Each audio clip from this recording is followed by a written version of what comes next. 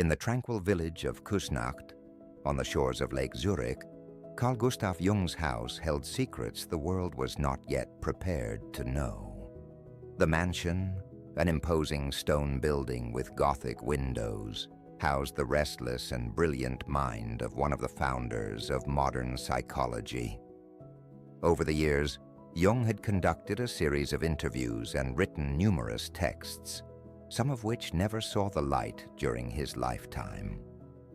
One summer night in 1961, shortly after Jung's death, his daughter, Gret, and a select group of his closest colleagues gathered in his study, a dark, book-crowded room.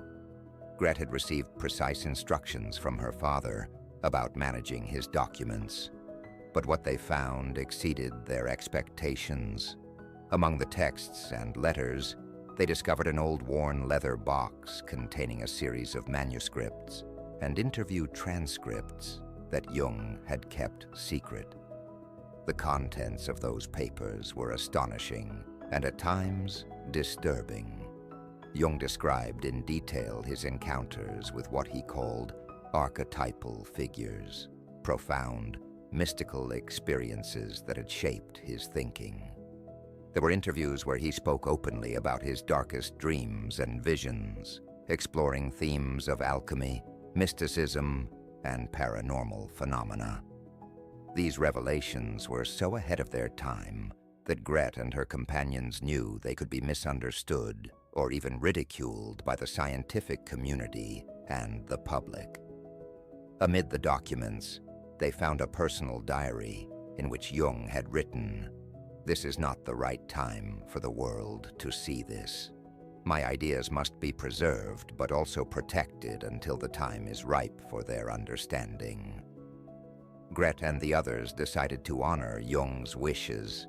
The group became a kind of guardian of his legacy, working in secret to preserve and, in due time, publish his writings. They agreed that some of the most sensitive materials should wait. Thus, the Red Book, one of his most personal and mystical works, remained hidden in a secure vault, with the hope that one day the world would be ready to understand it. Over the following decades, each time a new work by Jung was published, it caused a stir in academic and public circles. But the deepest core of his thought, those texts guarded by Gret and her companions, remained silent. The scientific community was divided between those who revered Jung as a visionary and those who saw him as a mystic detached from science. It was in 2009, when times had changed and interest in the spiritual and esoteric had renewed, that the guardians of Jung's secrets decided it was time to release the Red Book. Its publication caused an earthquake in the world of psychology. His visions and mystical experiences, rendered with vivid drawings and profound writings, offered a new dimension to Jung's work and forever altered the perception of his legacy. The story of Jung's hidden texts became a legend.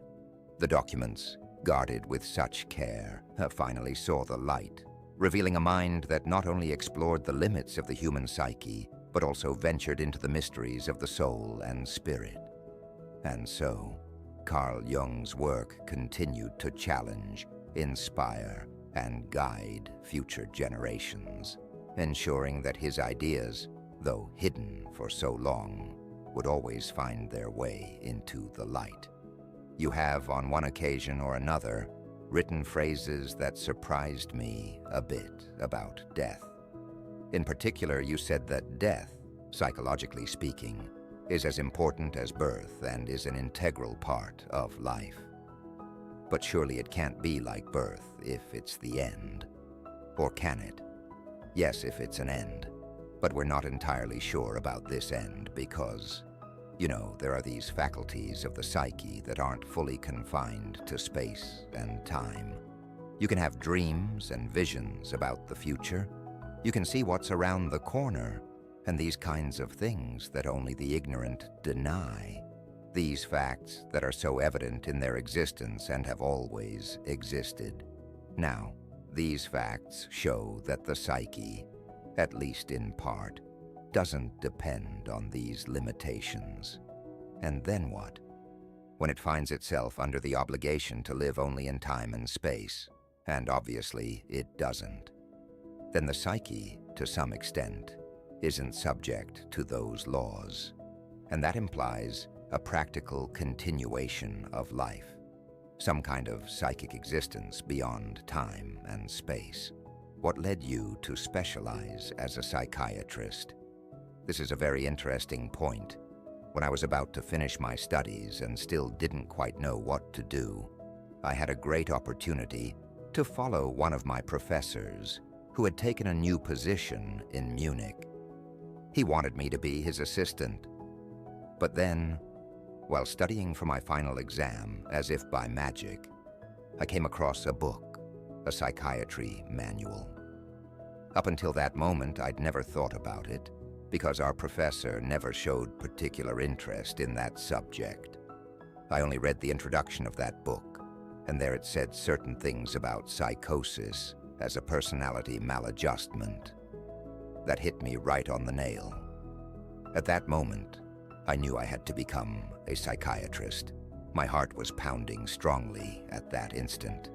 When I told my professor I wouldn't go with him, that I was going to study psychiatry, he couldn't understand me, and my classmates thought I'd lost my mind.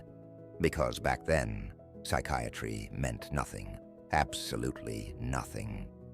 But I saw the great opportunity to unify or extrapolate certain themes that contrasted deeply within me. This went beyond medicine, beyond the natural sciences. I'd always studied the history of philosophy and related subjects. It was as if suddenly two streams came together to illuminate me and discover something new.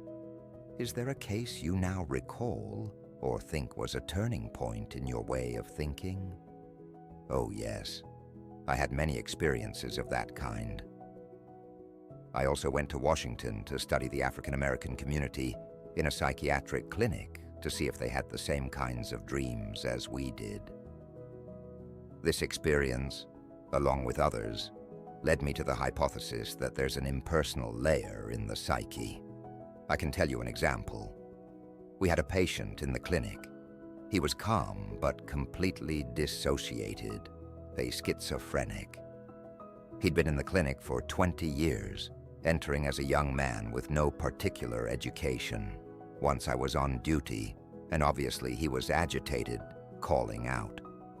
When he saw me, he grabbed me by the lapel and took me to the window and said, "Doctor, now you're going to see. Look up, look at the sun, and watch how it moves. You have to move your head like this, and you'll see in the blades of the sun, that's the origin of the wind. You'll see how the sun moves when you move your head from side to side." Of course, I didn't understand anything and thought, there he goes. He's crazy. But that case stuck in my memory. 4 years later, I came across a paper by the German historian E. Dieterich, who had dealt with the Mithraic liturgy from a part of the great magical papyrus of Paris. There he reproduced a part of the so-called Mithraic liturgy that said, after the second prayer, you will observe how the disk of the sun unfolds, and you'll see hanging from it the tube, the origin of the wind. And when you move your face to the east, it will move there. And when you move your face to the west, it will follow. And then I realized, but how can you be sure your patient wasn't recalling something he'd been told before? Oh no, that's completely out of the question because that wasn't known. It was in a magical papyrus in Paris that wasn't even published. It was published 4 years after I observed my patient. Did you find that this proved the existence of something beyond the personal? Oh no, it wasn't proof. It was a succession of events. You tell us we must look at death as an object, and that avoiding it is avoiding part of life. and causes it to lose its purpose. What advice would you give to people in their last years to enable them to do this? Most believe death is the end of all things. Well, I've treated many very old people, and it's very interesting to observe what their unconscious does with the fact that they're apparently threatened by imminent death. It downplays life and acts as if it would go on forever. That's why I think it's better for an older person to keep living in such a way that they eagerly await the next day, as if they had centuries to live, because then they'll live properly. But when they're dominated by fear, when they have no goals or anything and only look to the past, then they petrify, stiffen, and even die before their time comes. But if they look to the future, to the great adventure ahead of them, then they live. And in the end, that's what the unconscious is trying to do. Of course, it's quite obvious that we're all going to die, and that this is the sad end of everything. But still, there's something in us that doesn't believe it, at least in a certain way. But this is merely a fact, a psychological fact. It doesn't mean it's proof of anything. It simply is. For example, I can't know why we need salt, but we eat with salt because we feel better. And so, when you think in a certain way, you can actually feel better. And I think if you think in alignment with the laws of nature, then you'll be thinking correctly. Do you personally believe that death is probably the end? Or do you not believe it? Well, I couldn't say. You see, the word believe is, for me, something very difficult. I don't believe. I must have a reason for a hypothesis. And if I know something, then how do I know it? I don't have to believe in it. I don't allow myself to believe in anything just for the sake of believing. I can't believe. But if there are sufficient reasons to create a hypothesis, I must naturally accept those reasons. I must say that I recognize the possibility of such and such being the case. And did you believe in God? Oh yes. Do you still believe in God? Now it's hard to answer. It's something I know. I don't need to believe because I know. Did you conclude your psychological type? Naturally, I paid a lot of attention to that. It's a painful question, And did you reach a conclusion? Well, psychological type isn't something static. It changes over the course of life. But I've certainly been characterized by my thinking. I've always been thinking since I was little, and I also had a great deal of connection with my intuition. I had a deep-seated difficulty with feelings, and my relationship with reality wasn't particularly brilliant. I was always in tune with the reality of things, and that already gives you all the data to make a diagnosis. What kind of man was Freud? Well, he had a very complicated nature. I liked him a lot, but I soon discovered that when he had a thought about a subject, there was absolutely nothing more to discuss. While I kept doubting and doubting all the time, it was impossible to really discuss anything in depth with him. He had no philosophical education, while I was studying Kant and studying him deeply. That was far removed from Freud. So from the beginning, we already had discrepancies. During the 1930s, when you worked a lot with German patients, could you predict that a Second World War was very likely to come? Now, observing the world today, do you think a Third World War is probable? I don't have specific indications about this matter, but there are so many signs that one doesn't know what they're seeing. Are they trees or wood? It's very difficult to say because people's dreams contain apprehensions, but it's hard to tell if they point to a war, because the idea of it is already in their minds. In earlier times, it was much simpler because people didn't think about war, and so it was so clear what the dreams meant. Nowadays, it's not like that. We're so full of apprehensions, so stuffed with fears that one doesn't know exactly what they point to. One thing is certain, a great change in our psychological attitude is imminent. That's a certainty. Why? Because we need more. We need more psychology. We need more understanding of human nature, because the only real danger that exists is man himself. That's the great danger, and we had no idea about it. We know nothing about man, only very little. His psyche should be studied because we are the origin of all evils. During those years, you worked together with Dr. Sigmund Freud. For many, it will be of great interest to know how you heard about him and how you got involved with some of his ideas.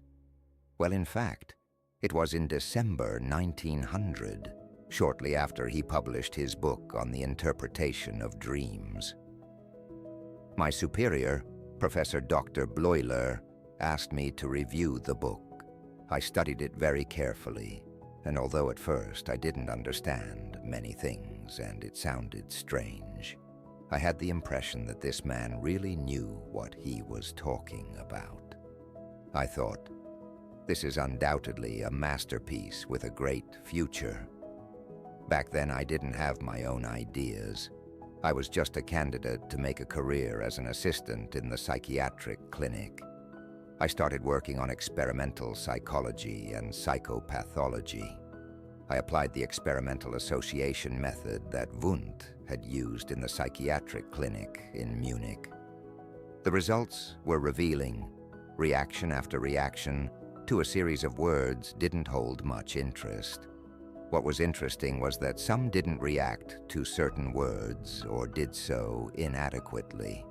Studying those moments where the person's attention or capacity began to fade, I suddenly discovered that people were thinking about intimate, personal matters, even though they weren't momentarily aware of it. However, I noticed an inhibition from the unconscious that made it difficult for them to express themselves. Upon carefully examining these cases, I realized it was about what Freud called repressions. I also understood what he meant by symbolization. I wrote a book about the psychology of dementia praecox, now called schizophrenia, and sent it to Freud. I told him about my association experiments and how they confirmed his theory up to that point. That's how my friendship with Freud began. One of the original fundamental psychoanalytic ideas was Freud's conception of the libido as psychic, sexual energy. Could you talk about your perspective on this idea? At first, naturally, I had certain prejudices against that idea, but over time, I overcame them. I was able to do so thanks to my biological training, as I couldn't deny the importance of sexual instincts. However, later I realized that it was because man isn't governed solely by the sexual instinct. There are other instincts, too. For example, in biology, the nutritional instinct is as important as the sexual one. In primitive societies, sexuality plays a lesser role than food. Food is the greatest desire. They can have sex anytime. They're not shy, but food is hard to come by, and therefore the greatest interest. In other societies, for instance, tribal power is more important than sexuality. There are many businessmen who are impotent because all their energy goes into making money or dictating laws for everyone.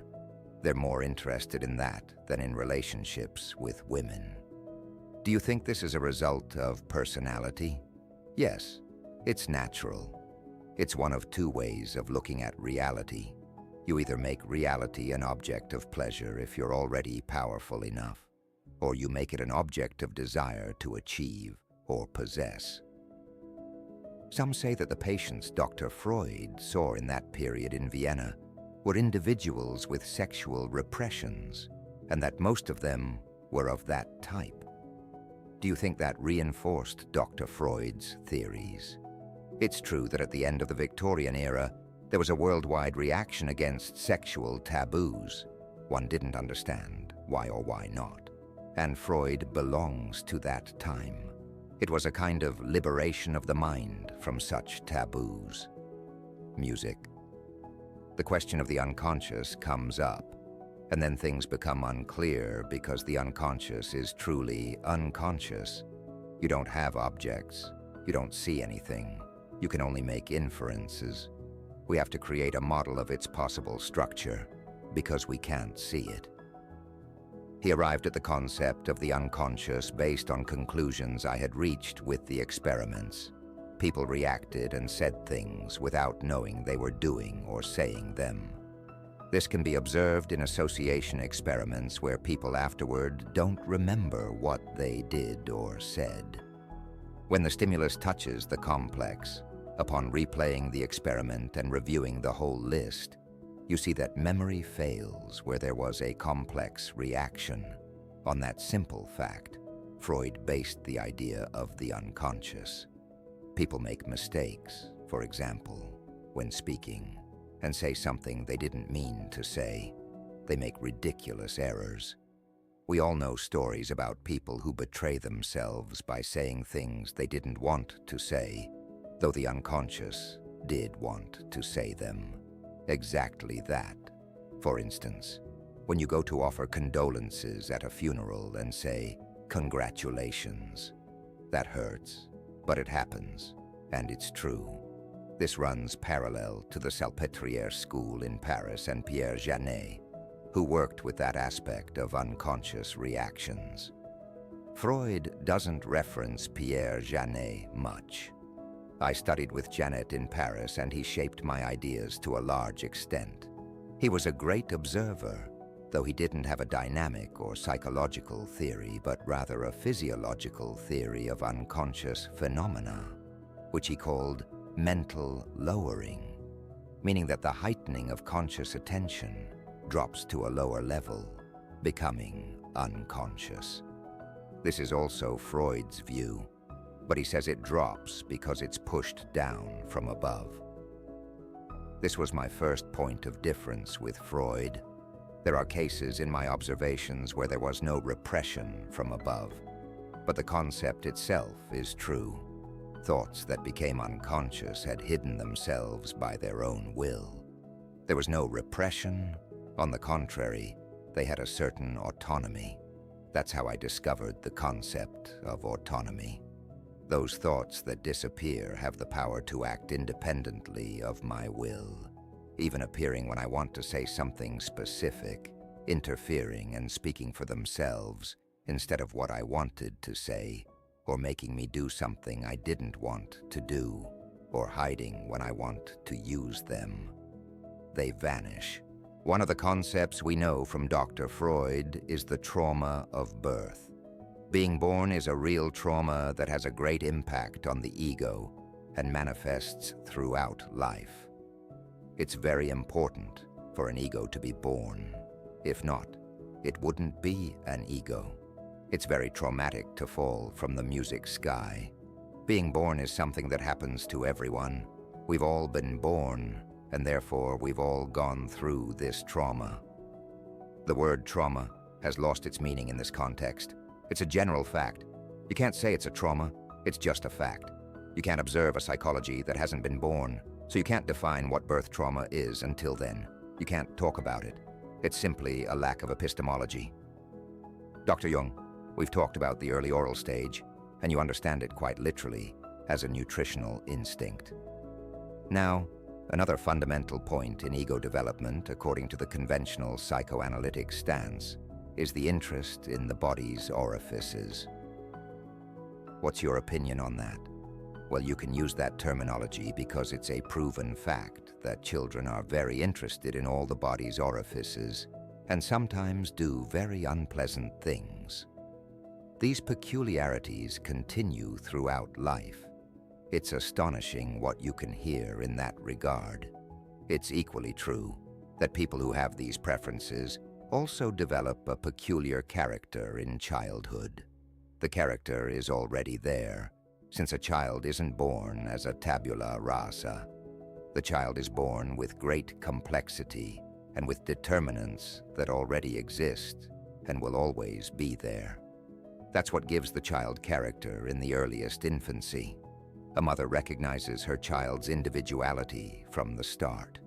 If you observe couples, you'll see there are big differences even among small children.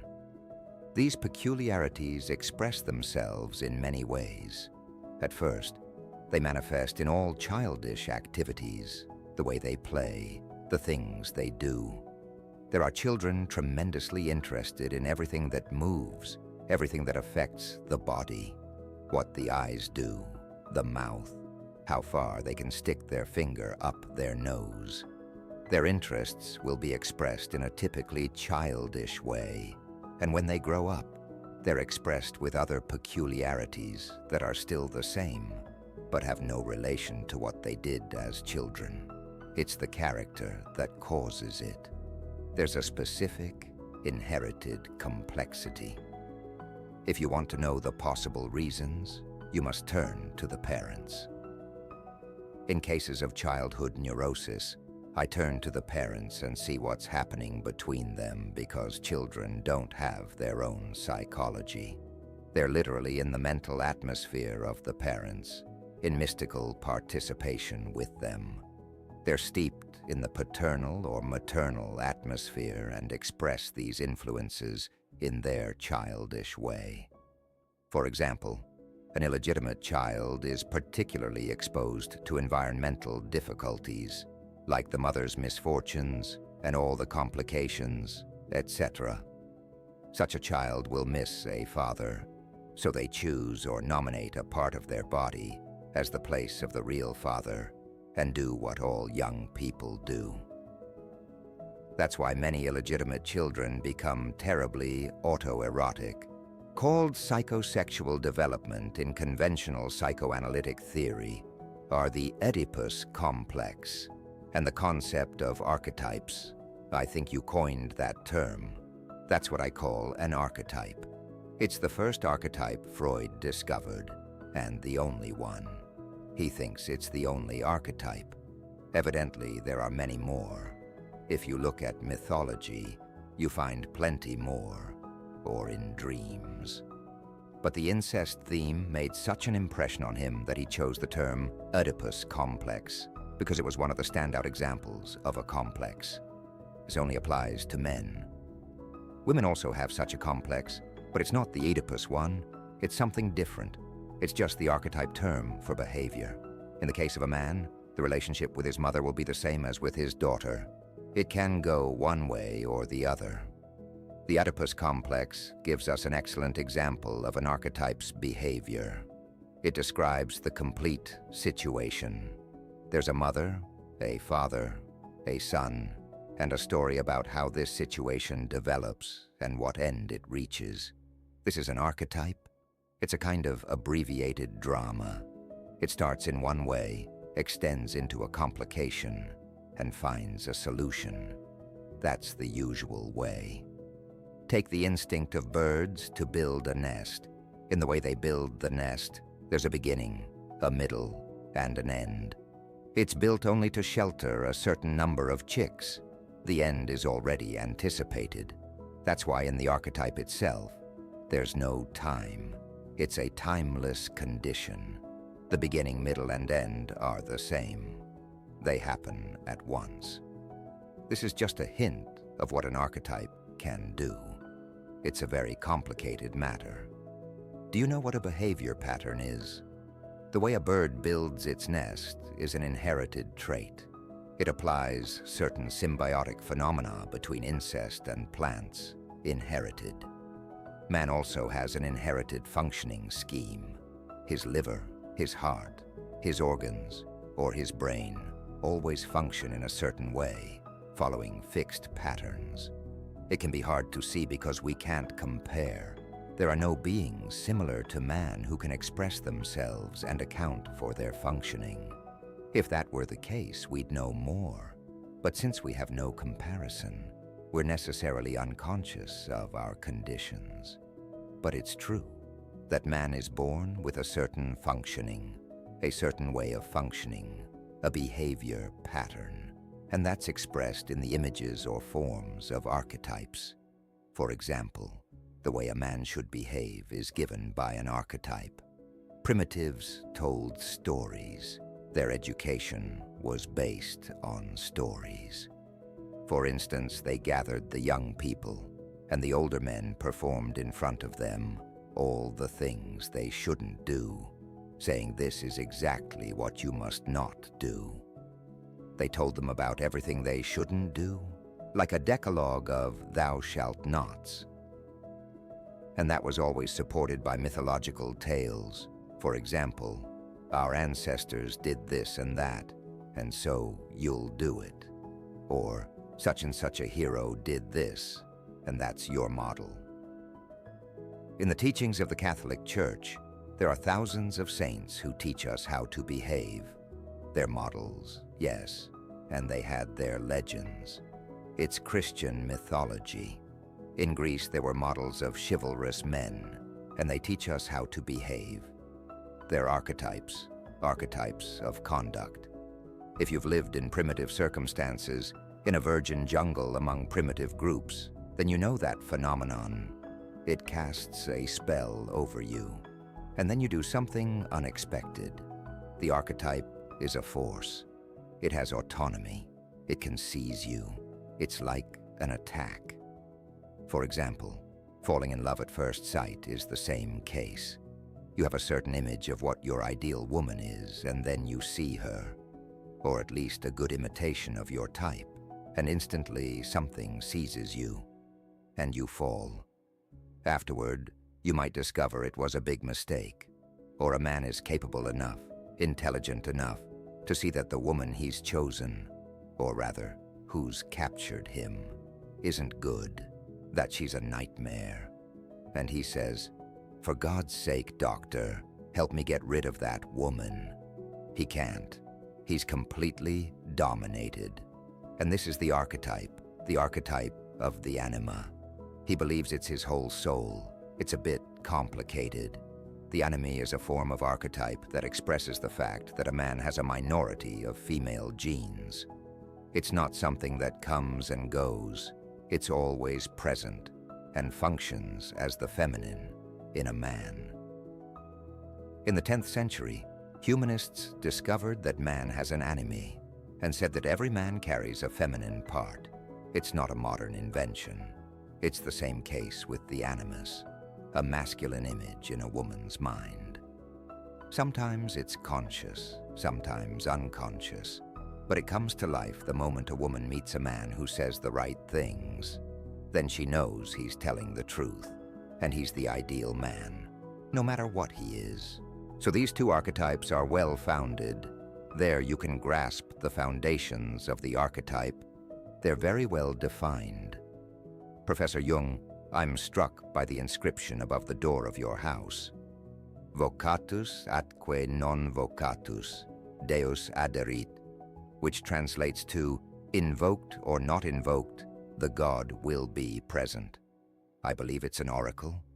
Yes, it's an oracle from Delphi. When the Lacedaemonians wanted to start a war against the Athenians, they consulted the oracle, and it answered that God would be present. Aderit. May I ask why this saying is above your house's door? Yes, that's a very complicated story. In my experience, so-called religious phenomena are everywhere, whether intentional or not. All it takes is an emergency, a serious emergency, and these religious statements will appear again. So when one is greatly astonished or surprised, everyone, even if they don't believe in God, says, "Oh God," or "Oh my God." These are involuntary expressions of a religious nature because they use the name of God. Shouldn't we define the term religious more precisely, or at least define the way you use it? Well, we have to take it in a broader sense. I was just saying that when you say God, it could also mean idol. Yes, naturally, it can mean all sorts of things. It can also mean just a word, but it still belongs to the realm of religion. For example, all religious phenomena that aren't exactly church rituals are tied to emotions. That's why we observe these major religious manifestations in moments of, as I said, emergencies or highly emotional circumstances. Doesn't the term religious, as you define it now, belong to the term significant, meaning something that comes to me from the unconscious, because that's what it's all about. Everything must have meaning, otherwise maybe not at the moment for the narrow horizon of the ego, but at least in a broader sense for the person as a whole. Yes, that's how it is. The concept of the archetype comes into play here. It's what they call numinous, meaning it has an overwhelming power. In a certain sense, it's inherently emotional. And as an archetype, the notion of a god or a supernatural power arises in highly emotional situations. If we assume a situation where a person can no longer resist their fear, then they might say a prayer. They'll return to a view of things they once had, but quite spontaneously and without any thought. It just imposes itself on them. So whenever something happens that has an overwhelming effect, a response to that overwhelming thing arises within us. This shows that situations where people feel defeated very often give rise to religious phenomena. Those people, without wanting to, suddenly fall back into these forms. You can't say regress, but these forms simply impose themselves without the person taking an intellectual stance on it. Can I return to the word religious here as you're using it now? It's really always about internal psychic phenomena. I mean phenomena for which we don't need to bother the theologian at all. For example, no, these are perfectly natural phenomena. But then the savior, the unconscious savior, must be in a rather special relationship with the ego. A relationship that wasn't known to earlier psychologists, say even to Freud? That's correct. When a man is in a real emergency, instinct will come to his aid. That is, ways of acting, behaving, imagining, feeling, etc., that are called instinctive. For example, if you're attacked, you immediately adopt an instinctive defensive posture. You make all the necessary gestures. You have all the necessary ideas that fit the situation. Even though such a situation can develop in an instant, everything's there, everything's ready. Because since time immemorial, humanity has been in such situations over and over again. Like every animal, we have instincts. That is, ways of acting, feeling, imagining that are innate. Well, every animal has that. They have attack postures, defense postures. They behave in a very specific way that's characteristic of the species, and so does the human being. But that this also applies to the soul is actually a discovery. That's what we call psychic, isn't it? When someone says certain things, uses certain expressions, certain images in a moment of danger, if someone starts cursing, for example, they usually use well-known expressions that they don't have to search for. They're ready to use. So the basis of our conscious psyche is a system of inherited, instinctive behavior patterns, as is the case everywhere. And that's called an archetype. You once used this expression. It floats in this collective unconscious, like in a sea. So it's under the safe custody of the unconscious.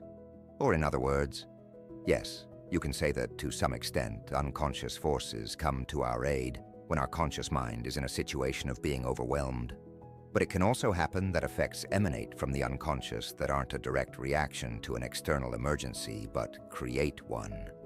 Do you have an example for this? Yes.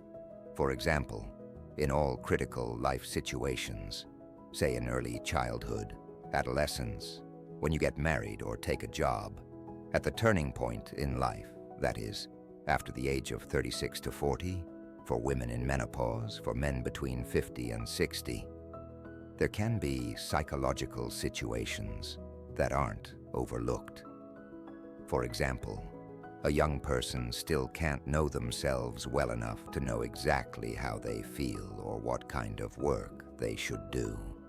In this case, when this becomes a problem that worries them, dreams can arise that are instinctive reactions showing them how they really feel or what they really want.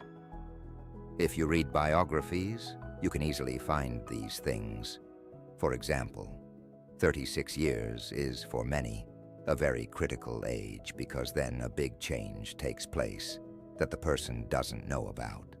That is, the sun turns to descend, and then their worldview can change in a strange way. Take Nietzsche, for example. There comes Zarathustra. Fenner, for example, becomes a mystical philosopher, and I've experienced this myself too. This second half of life that's quite unexpected comes through dreams. So often there are dreams that are almost like precognition, predicting how the future will unfold. But that's just the manifestation of the original instinctive disposition. For example, someone has a special idea of life based on education, etc. And it's too narrow, and he's not that narrow, but he doesn't know it. And then he might have a dream about a much bigger life, about completely different aspects of the world he'd never thought of before. And then it occurs to him, aha, that's a possibility. I've seen it in myself. For a long time, I had doubts about whether I should really study archaeology or history or something similar. But then I had one or two vivid dreams that challenged my scientific interests to the limit and actually led me to decide in favor of science. But that's a view of dreams that doesn't align at all with Freud's perspective. I'm thinking here of a saying by Schnitzler, who once said, probably influenced by Freud, "Dreams are desires without courage." That's a conception of dreams that stems purely from the past and doesn't point to the future like yours does. Yes, in this regard, my opinion differs greatly from Freud's original view, where dreams are mainly based on unfulfilled desires, desires that are, to some extent, vented at night. Certainly, there are many such dreams that can be explained more or less satisfactorily this way, but that's not the true function of dreams. Dreams are normal functions. They're normal events that are part of life. That's why all primitive peoples have great respect for dreams. Not always for their own, of course, but when the chief is dreaming or the shaman is dreaming, that's another matter. Because there, in truly primitive circumstances, the dream even has a social function. For example, Rasmussen, in his book about the polar Eskimos, describes the case of an Eskimo healer who, because of dreams, led his people across the ice of Baffin Bay to North America in the winter, because the seals were absent that year, and there they found the food they needed. But on the way, half the people started doubting and turned back. They all perished, while the people he led stayed alive. From this perspective, one can draw a conclusion without further ado. For psychotherapists, it's absolutely necessary to bring the mentally ill into a productive relationship with their unconscious. Yes, when the patient is in an unsolvable situation, that is when they themselves have to admit, "I don't know the way out," and the therapist doesn't know either. This brings the situation to a favorable point where the unconscious starts to function. Then a dream arises from which you can later conclude something that takes you further. These are situations where religious dreams or dreams of great transcendence appear, what primitives called big dreams. I'd like to say, based on this comment, that a critique of our culture would be necessary. Yes, however, this happens in individual cases, because people mostly suffer from having too narrow a viewpoint, too limited a horizon. They don't even think about the possibilities that still exist, and so they often need dreams to draw their attention to what they could still do, or what they've neglected. I see this very often in intellectual men, say, scientifically active personalities, who come into conflict in their lives because they completely neglect that sphere. For example, they're clueless in this regard, and then they only have dreams, or even visions. I still remember a very important man who came to me in complete panic and explained that he'd had a vision and that it simply couldn't be true. I had him tell me his vision, and curiously, it was a typical vision, like those the old alchemists had. Then I took a 400-year-old book off my shelf, opened it, and showed him an image and said, "Look, that's your vision. You didn't step out of human history with your vision. You just don't know that you're human too." When I asked about cultural critique, I didn't actually mean these individual cases, but as we like to say in our time, there must have been centuries when the relationship of humans with their subconscious was incredibly much more alive than today, through various mediators and mediations. Yes, no doubt.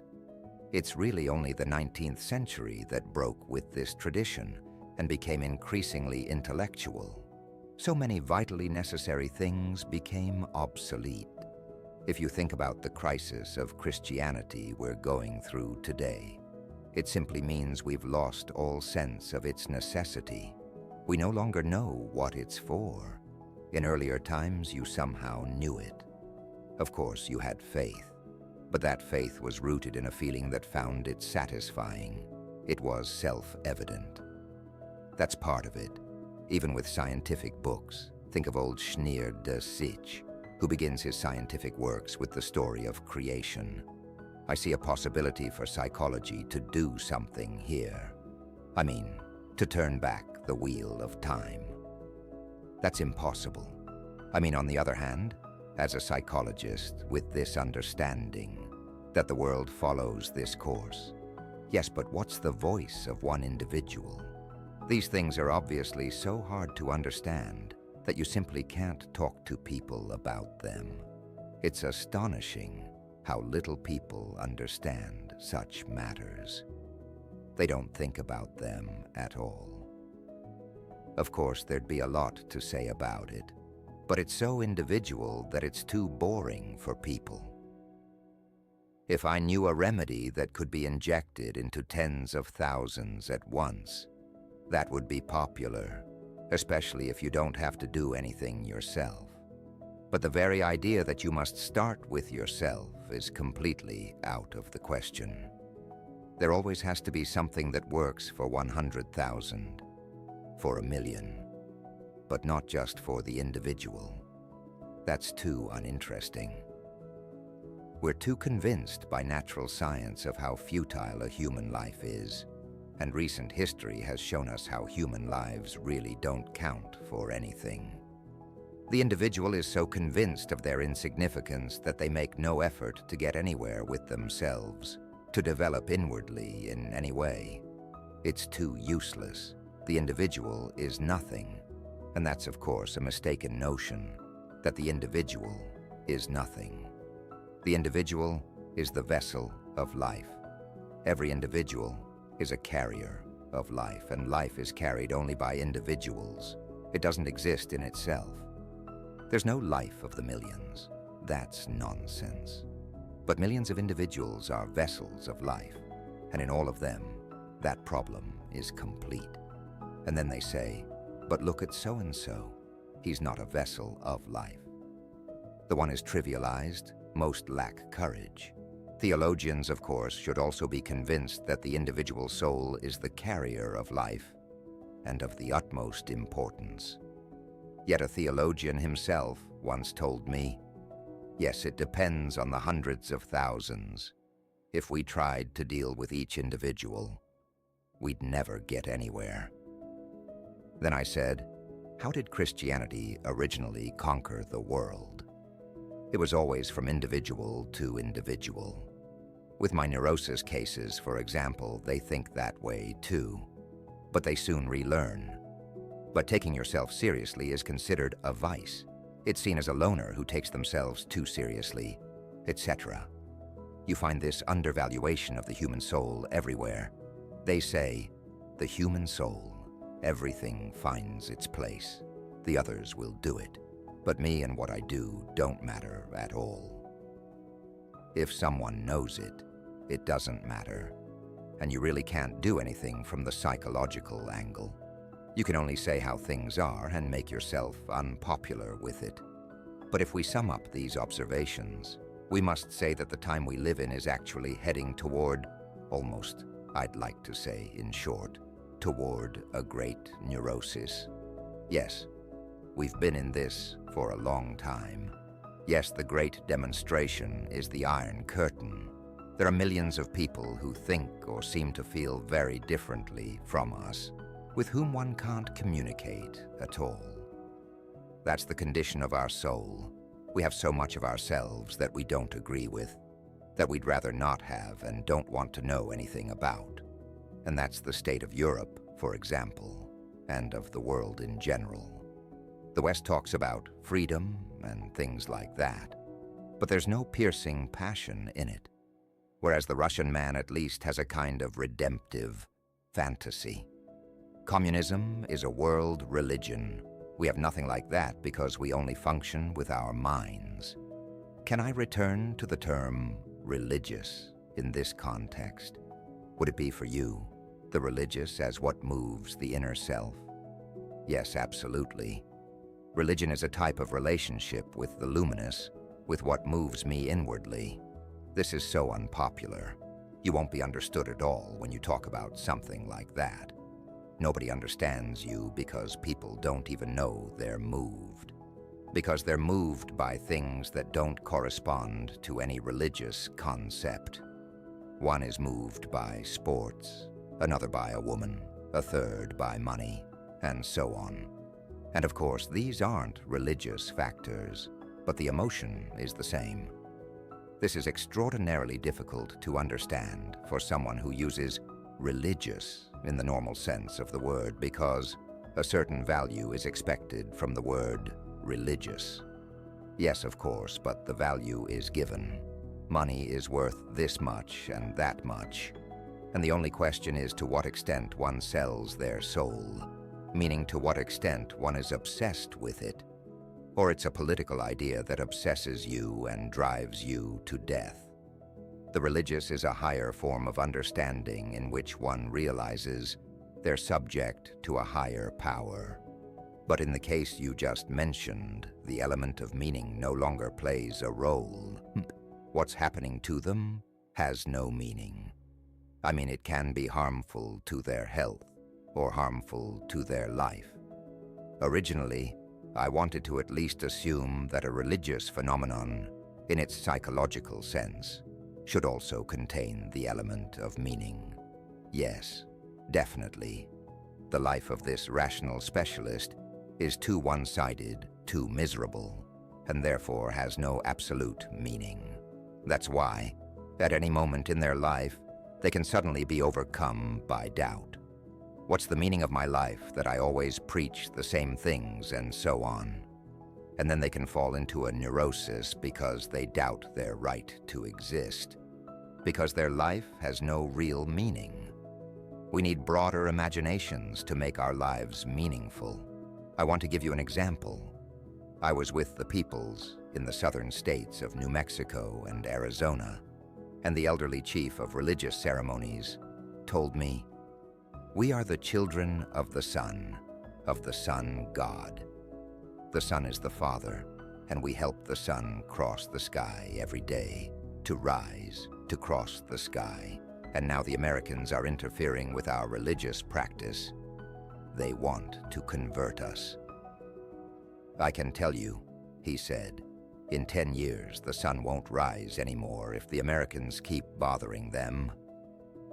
Now think about this self-confidence. Their lives have meaning because they're children of their Father and ensure the sun rises, not just for them, the Pueblos, but also for the Americans and the whole world. They're the ones responsible and the ones keeping this natural process alive through their ceremonies. If no one helps the Father anymore, then he won't rise either. It gives this people incredible dignity. Well, we can, of course, show that using the example of the Indians and people like that, but not with us. because we've actually lost these categories of understanding. I've often done this experiment of asking anyone if they feel redeemed by Christ's atoning death. They don't understand it at all. Someone might be an engineer or something and hasn't even thought about it. Even though they go to church, their life has never been touched by it. From this arises one final question that's been burning on my lips for a long time.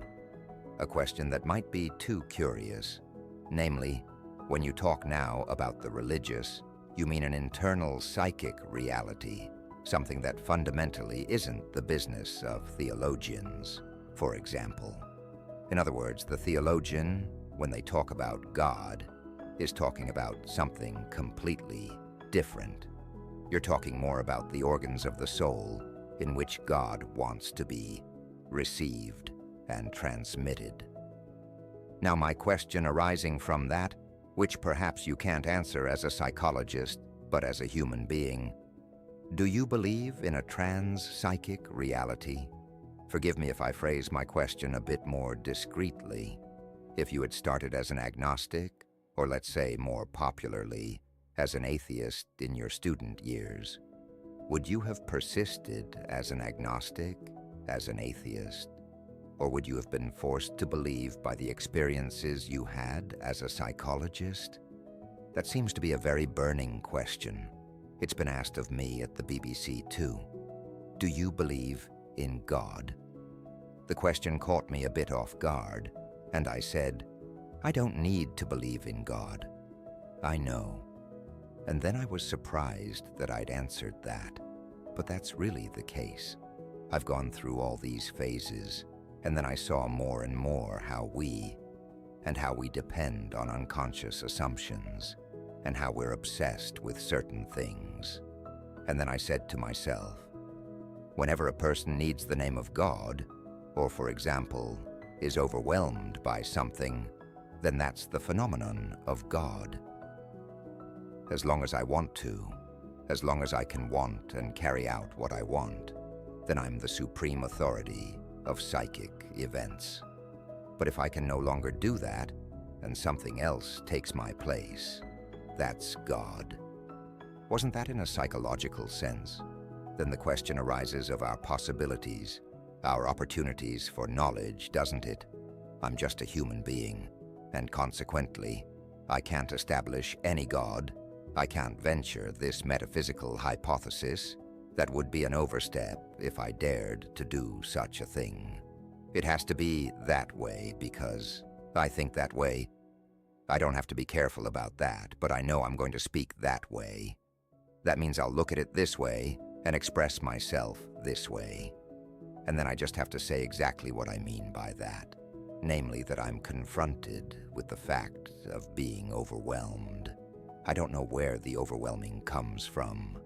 I can only say somehow it came to me through the unconscious.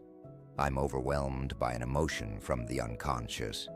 Or I can have a tremendously powerful dream that can depress me or uplift me during the day. That's stronger than me. I didn't do that. It doesn't correspond to my will. But this is an event that's been imposed on me, and to which I've succumbed. That's what people have always called God. For example, the inhabitants of Elgoni, Africa, whom I visited some time ago. In the morning, when the sun rose, they spat and blew their souls into their hands, and then presented their palms to the sun. So I concluded, aha, they have a sun god. When I pointed to the sun and said, oh, that's your god, they all laughed, and I felt very stupid. It took me about 3 weeks to realize that this sun isn't God to them. It's the moment of sunrise, the kairos. At that moment, they lift their hands and offer the substance of their soul, their breath and their soul, to the sun. They worship this moment. That's God. Which brings us back to psychology. Yes, I mean, all I can say is that if someone has a numinous feeling and is truly overwhelmed by something, then they'll understand. I can't even dare to assume that the ideas that might result from this are the correct ideas of God, and that I can claim from them that God is this way or that, or that it can only be this or that. Actually, I wasn't referring to that. We can leave that to the theologians, but the fact remains that something can leap at a person from the unconscious via the unconscious. Is this a reality beyond the psychological, or is it a reality that exists for them? I only experience it in the psychic. All my experience can only take place in the psychic because that's my organ with which I perceive anything, the whole world, matter, psychic images, and so on. I can only experience them in the psychic medium, and I'll never get out of this medium. Yes, theologians say that one rises above it through faith, but there's absolutely no reason for such a claim. One can only believe that, but I can't believe it. Everything such people tell me is part of the psyche. I experience that in the psychic, and of course I'll never say that God is the psychic, but that's where the mystery begins. I no longer know. Something is happening to me. And that's one way of looking at it. That's possible for modern people, isn't it? And if you want your mind blown with psychology, you have to watch this video. Thank you very much, and until next time.